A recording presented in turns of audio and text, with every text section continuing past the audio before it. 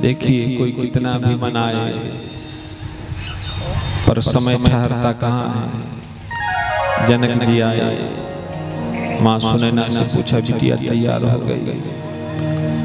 जनक जी के आंखों में आंसू थे, विदेह देही हो गए थे। मिट्टी महामर्यादा ज्ञान की, ज्ञान की सारी मर्यादा भूल गई थी मानो बिटिया के मोह। जानते हैं माँ जानकी जब माँ सुनैना के पास पहुंची तो उन्होंने सिर्फ दो उपदेश माँ जानकी को दिया। मैं अपनी हर कथाओं में बोलता हूँ कि हर बिटिया को माँ सुनैना के द्वारा दिए गए जानकी जी को 2 उपदेश को ध्यान में रखना चाहिए। पहला उपदेश माँ सुनैना ने जानकी को दिया कि बिटिया आज से मिथिला तुम्हारे लिए कुछ भी नहीं है, जो है वो अयोध्या है। इसलिए कभी अयोध्या में मिथिला की धौंस मत दिखाना कि नाराज होकर हम मिथिला चले जाएंगे। यहाँ के लिए दरवाजे बंद हैं। हाँ, यहाँ पति के साथ प्रेम से आ सकती हो, पर अयोध्या में धौंस मत दिखाना कि मिथिला से तुम्हारा कोई ताल्लुक है। दूसरी बात, बेटा ससुराल में कभी मायके का वकील मत बनना। ससुराल में ससुराल के पक्ष से जिरह करने वाले वकीलों की फौज होगी और विपक्ष के वकीलों से घिरी हुई तुम एक अकेली मुवक्किल होगी। ससुराल का पक्ष रखोगे और उपहास, परिहास और प्रताड़ना झेलना पड़ता है। इसलिए बेटी ससुराल में अगर तुम्हारे मायके कोई निंदा करे ना बेटा, सुन लेने का, अपने प्रेम स्वभाव और सद्भाव से सबको जीतने का, सबको अपना बनाने का। और मायके में ससुराल में मायके की निंदा भी होती है तो उससे क्या घट जाएगा तुम्हारा।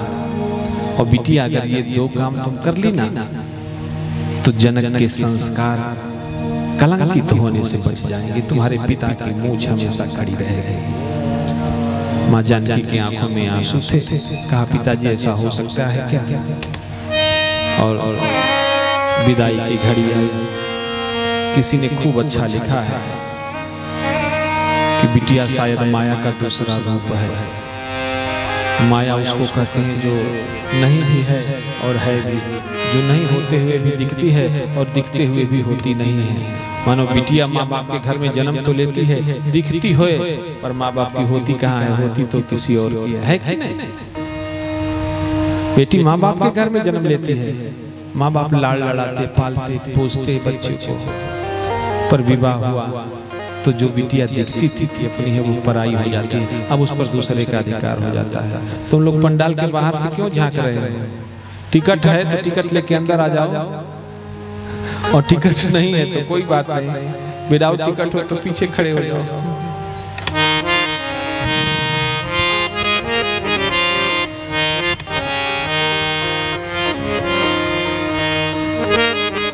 आज बेटी जनक की अवध को चली, प्यारी बेटी जनक की अवध को चली।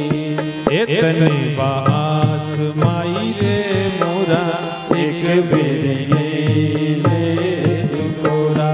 इतने बास माई रे मोरा एक बेर जाते जाते माँ जानकी सुनैना से लिपट के रोने लगी। माँ एक बार गोद में ले लो, एक बार गले। इतनी बास माई रे मोरा एक ले तुकोरा। इतनी बास माई रे मोरा एक बेर ले तू कोरा। प्यारी बेटी जनक की अवध को चली। माँ की ममता चली घर की लक्ष्मी चली। हाँ लक्ष्मी चली। प्यारी बेटी जनक की अवध को चली। प्यारी बेटी जनक की अवध को चली।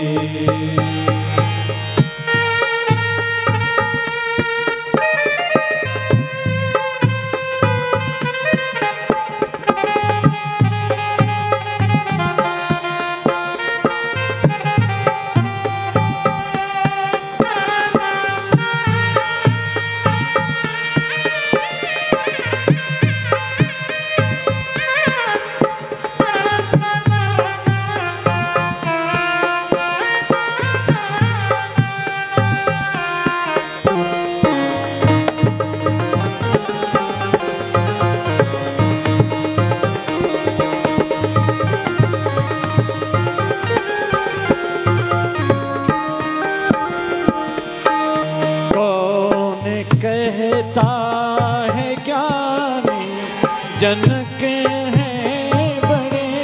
कौन कहता है ज्ञानी जनक है बड़े। प्यारी बिटिया की ममता लिए हैं खड़े। प्यारी बिटिया की ममता लिए हैं खड़े। आज मिथिला नगर की चकोरी चली। हाँ चकोरी चली। प्यारी बेटी जनक की अवध को चली। प्यारी बेटी जनक की अवध को चली।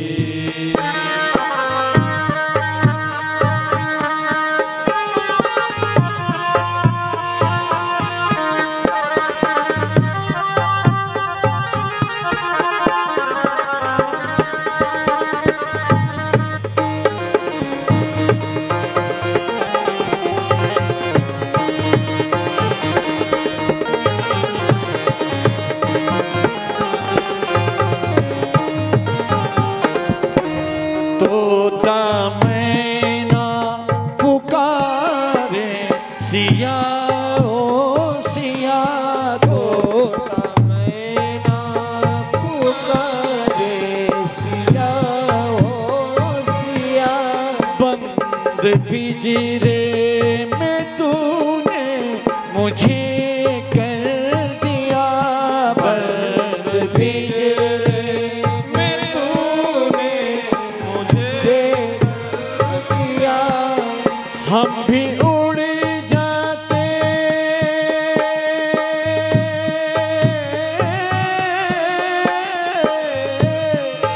हम भी उड़ जाते सन सन अवध की गली। हाँ अवध की गली। प्यारी बेटी जनक की अवध को चली। प्यारी बेटी जनक की अवध को चली। प्यारी बेटी जनक की अवध को चली।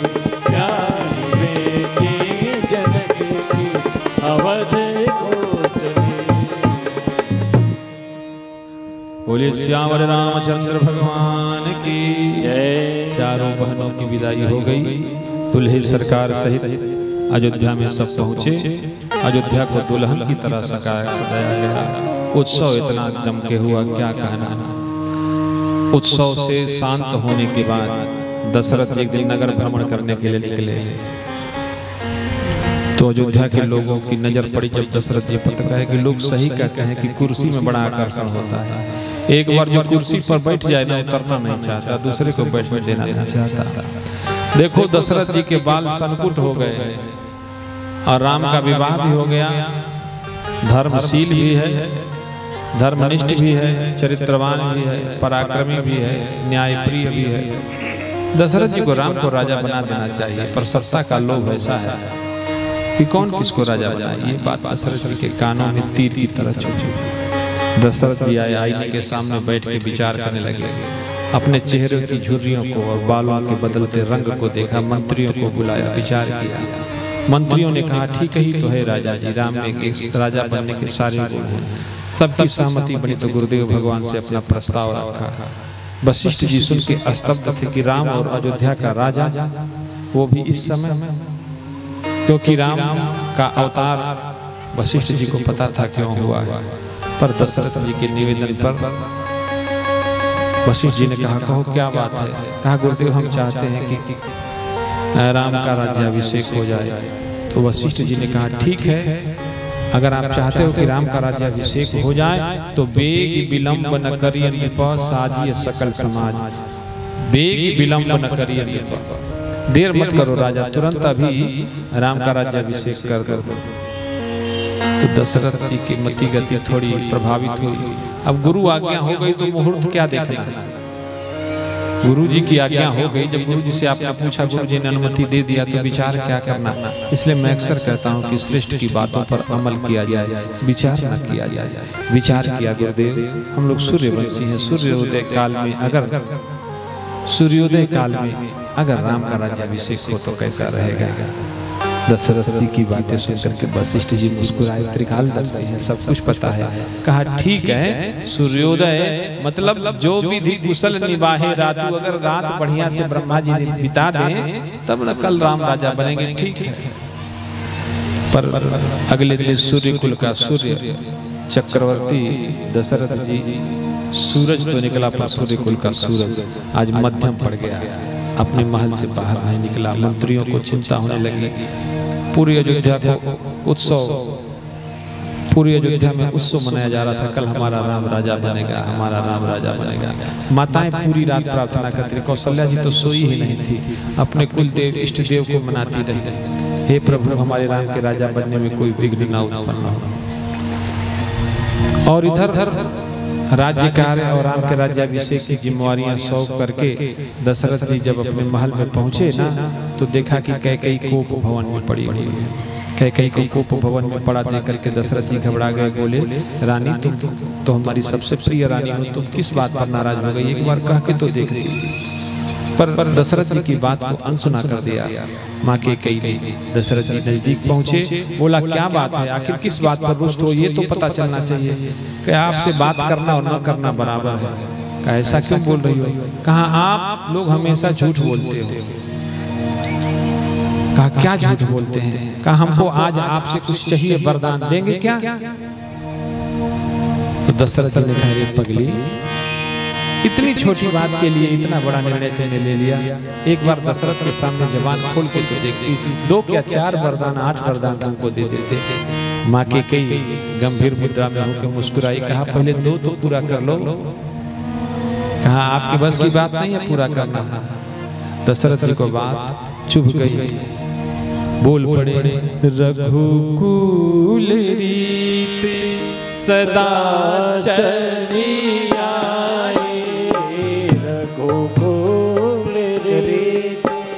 सदा चली आई, प्राण जाई पर वचन न जाई, प्राण जाई पर वचन न जाई। दशरथ ने माँ कैकेयी से कहा हम रघुवंशी हैं और रघुकुल की ये रीति है कि हम अपने वचन को पूरा करने के लिए प्राण उत्सर्ग कर देते हैं, प्राण त्याग देते हैं, पर वचन को भंग नहीं करते।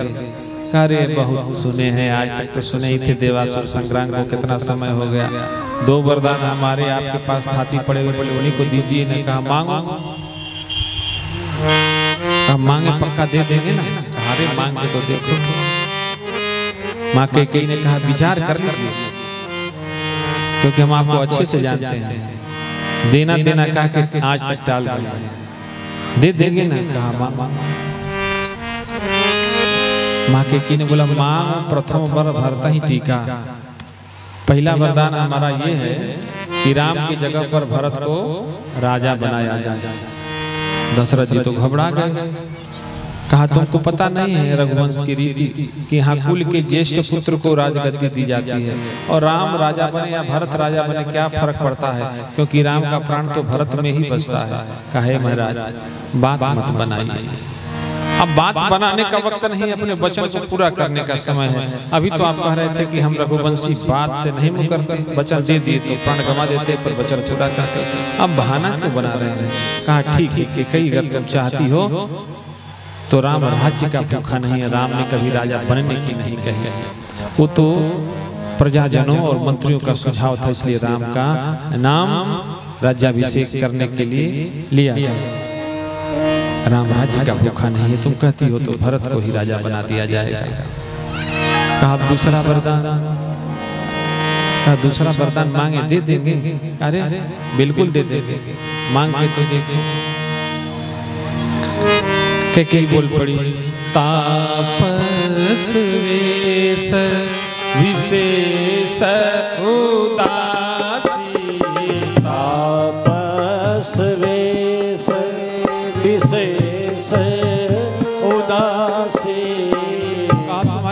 समझ में नहीं आई। तापस वेश विशेष उदासी, इसका क्या मतलब? तपस्वी के वेश में उदासीन होके, इसका क्या मतलब? का पूरा करने तो दो सरकार। तापस वेश विशेष उदासी, तापस वेश विशेष उदासी, 14 वर्ष राम वनवासी, 14 वर्ष राम वनवासी। राम को तपस्वी के वेश में उदासीन होकर के 14 वर्ष के लिए वन। इतना सुनना था ना कि दशरथ जी छाती पीट के रोने लगे, अरे कुलघातिनी, मैं जिसको गले का हार समझा वो नागिन निकली। और दशरथ जी की पीड़ा कुमा के कई रत्ती भर भी ध्यान नहीं दे रही। वो भूखी नजरों से ऐसे ही घूर रही है जैसे कोई भूखी सिंघनी मृग के शावक को अपनी भूख शांत करने के लिए देखती है। मृग चितवाजिनी बाघिनी भूखा, जैसे भूखी बाघिन मृग के शावक को अपनी भूख शांत करने के लिए देखती। मानो माँ के कई आज कुछ भी सुनने को तैयार नहीं। दशरथ जी ने कहा सब कुछ दे सकते हैं पर राम को वन की बात तो ना कहो। दशरथ जी नहीं पाए, कहे महाराज औरतों की प्रपंच दिखाने लगे ना, त्रिया चरित्र ये औरतों को शोभा देता है, आप जैसे चक्रवर्ती नरेश को नहीं। अगर नहीं देना था तो पहले बोलना था, हम कोई आपसे कहा तो नहीं रहते कि आप, पर वचन तो दिया तो पूरा करो। दशरथ जी विलाप करने लगे, इतना पीड़ा होता, बार बार मूर्छित हो जाते चिंतन करके, क्या प्रजा को मुंह दिखाऊं, कैसे राम को कहूं कि बन जाओ। भगवान आशुतोष से प्रार्थना करने लगे, आशुतोष तुम अवधर